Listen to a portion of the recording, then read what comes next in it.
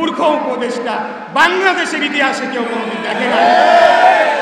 বর্তমান যে স্থানীয় সরকার উপদেষ্টা, সেও ক্রমাগত মিথ্যাচার করেছে আমাদের এই আন্দোলন নিয়ে।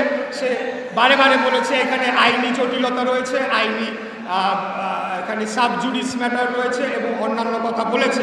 অথচ বাংলাদেশের সর্বোচ্চ আদালত মহামান্য সুপ্রিম কোর্ট থেকে, আপিল বিভাগ থেকে এই জিনিসটা বহু আগেই নিষ্পত্তি হয়ে গিয়েছে।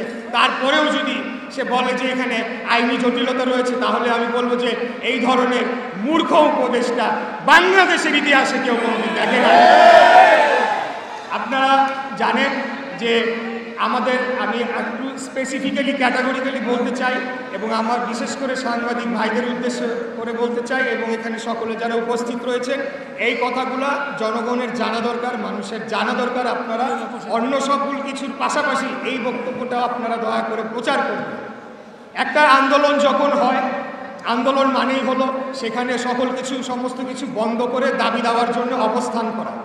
আন্দোলনকারীরাই সেই কাজটি করে থাকে যতক্ষণ না পর্যন্ত তাদের দাবি দাওয়া মেনে নেওয়া হয়। এটাই হলো গিয়া আন্দোলনের ডেফিনিশন।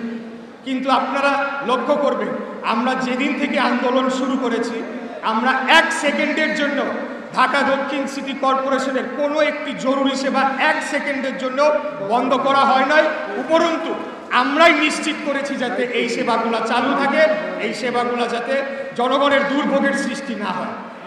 এর মধ্যে বর্জ্য ব্যবস্থাপনা, টিকাদান কর্মসূচি সহ যে আঞ্চলিক কার্যালয়গুলোতে যে ধরনের জরুরি সেবা দেওয়া হয়ে থাকে, নাগরিক সনদ, সকল কিছু কিন্তু আমরাই বলে রেখেছি যে এটা যাতে জনগণ যাতে এই সেবাটি পেয়ে থাকে।